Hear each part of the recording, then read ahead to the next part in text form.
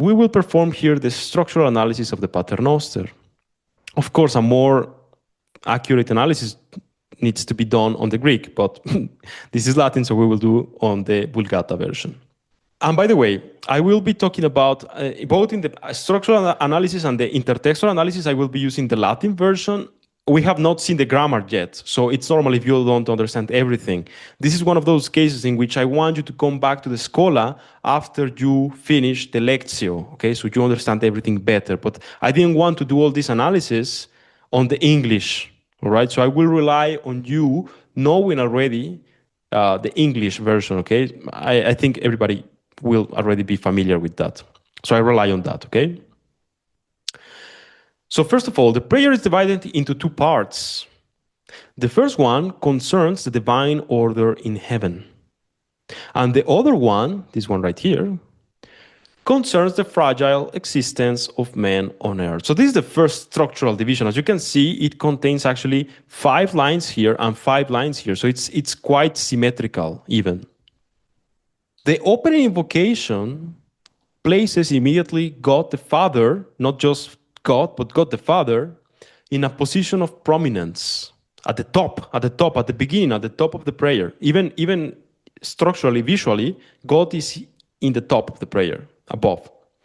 And affirms his dwelling in the heights of heaven. You will see that this is a traditional Jewish idea, that God dwells in heaven. And again, this was absent in Luke. But the idea, what I want you to understand is that the fact that Matthew, already from the very invocation, from the opening invocation, he starts saying, look, God is our Father, and he dwells in heaven. And this is at the top of the prayer. This is structurally very important because of the end of the prayer. You will see how the prayer ends. Then we have the first 3 petitions that they are in the optative. When we review the grammar, by the way, I will explain to you the subjunctive mood in Latin. We will require that. And not only the subjunctive, but this is optative. And I will explain that to you in the grammar. You will understand what I mean. But these 3 petitions, they express a wish. They are in the optative because they express a desire on the part of the person praying to see the fullness of the heavenly order, okay, to see the perfection, fullness, completeness of the heavenly order sort of overflow, expand, encompass the earth in an eschatological sense. Okay, and this is done according to 3 divine dimensions. First, the name, nomen, the kingdom, regnum, and the will, voluntas. There are many other dimensions of God, by the way. For example, one thing that I was surprised to see absent here was the glory. And maybe that's the reason why people added the doxology at the end, because you can see God's glory was quite important, but it's absent here in these 3 petitions. So I'm guessing that's why people felt the need to end with the glory of God. You see, this desire to see, again, in an eschatological, apocalyptic sense, this desire to see the heavenly order like overflow or encompass or embrace the earth is a very powerful idea because it sort of signifies the desire to see the collapse of the 2 realms. It's sort of a metaphysical assumption in Catholicism, in Christianism, even in Jewish traditions, that there exist 2 orders. There is the heavenly order and there is the earthly order. If you don't accept this distinction, by the way, you cannot accept the rest of the doctrine. This idea that there is one order that we see that is corrupted, that can perish, and there is an order that is perfection, where God dwells, and so on. This is kind of the initial assumption, right? The accepting of 2 different dimensions, realms, spheres. And it's not only Christian, by the way, and it's not only Jewish, it's traditional. It's traditionalistic in a broader sense. You can see this in almost all religions around the world. So the idea here is that the person praying wants to see realized this collapse of the 2 orders. Not 2 anymore, but we want to see only one, okay? And this will happen at the end of time. That's why I wrote here eschatological sense. Because we will see that this happening only at the end of time. But every Christian wants to see this happening as soon as possible, right? Then we have the fifth line. It stands at the center of the prayer and is the central phrase of the prayer, by the way, in the version of Matthew, by the way. Is the central phrase. This is the most important phrase in the whole prayer. Structurally, because it stands at the center of the prayer. It serves as the hinge uniting the two parts, but also theologically. On earth as it is in heaven. Okay? Sicut in cielo et in terra. Because this expresses the separation between the two realms, the contrast between them, and more importantly, the tension that exists between the heaven and the earth, between the heavenly order and the earthly realm. This is the tension. We, in the life, in the existence we have, we see this tension constantly. It's constantly in our minds as Christians, if you want, or as religious people, if you want, because we live in the earthly realm and we want to see the heavenly realm realized. But until that happens, there is going to be a tension between perfection and imperfection, between fulfillment and corruption. So that's why this phrase, and by the way, if you go and read the Gospel of Matthew, you will see that this idea is pervasive, is everywhere in the Gospel.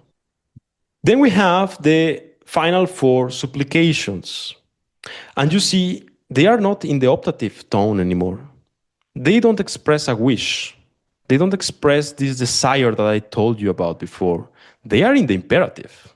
Even grammatically, they are in the imperative, which is kind of quite interesting, actually. They reflect the poverty, the need of the human condition, because we are asking, first of all, for our daily bread. We need bread because we are in constant corruption here. So we need to keep adding something to our bodies. We are in need. It also expresses the vulnerability to evil, you see, because we are, let's say, tempted by many things in this world, constantly tempted. We are vulnerable to evil, all right? This is a temptation here. And also, in a similar vein, our inherent propensity towards sin, and I would say even our pride, in a sense, because we are hard to forgive. We are hard to forgiveness. Forgiveness is a central topic in the New Testament, in the Gospels. And we are we hardly forgive people, right? So there is this propensity towards being proud and towards sin and towards holding grudges and not forgiving people. So that's in these three petitions right here, in the first three, about the bread and about forgiving and about our weakness. We are weak and we sin. And then we have here, very interestingly, the adverb sicut. I put it in italics here. It appears in both parts of the prayer, by the way.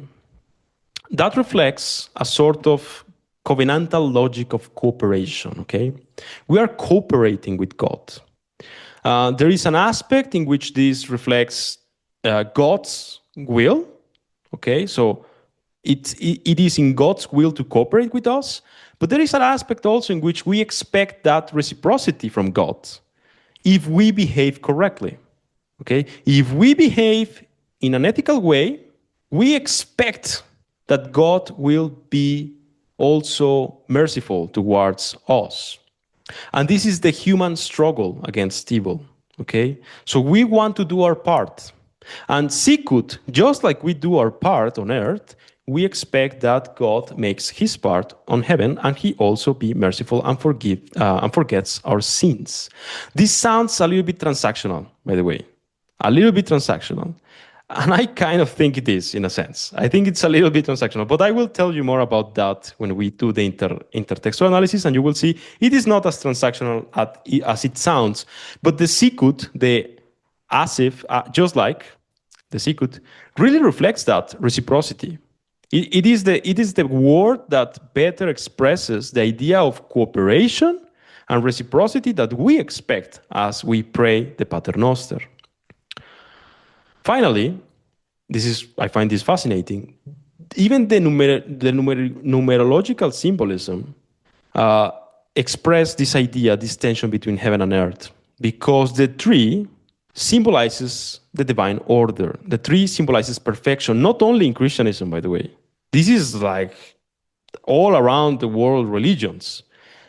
And you have 3 petitions here at the beginning: 1, 2, 3. And then we have 4 petitions in the earthly realm down here: 1, 2, 3, 4, with "Sed libera nos a malo." And again, they reflect the need, poverty, weakness, and so on. And the triangle, which has 3 angles, of course, that's a symbol for perfection, God, and so on, the heaven. And then we have the square here with 4 angles that reflects, of course, the imperfection, corruption, and so on, depravity, future destruction of the earth. And again, this triangle, 3, square, 4 symbolism, numerology, is not exclusive even of Christianism. It's everywhere. Everywhere you look at symbols around the world, you will find this very typical, very precise separation and tension between the 3 and the 4. So I find that quite interesting. Now let me tell you something about the idea or the possibility that Matthew actually added this stuff. That would demonstrate a very high poetic, structural intelligence in the writer of Matthew, maybe Matthew himself.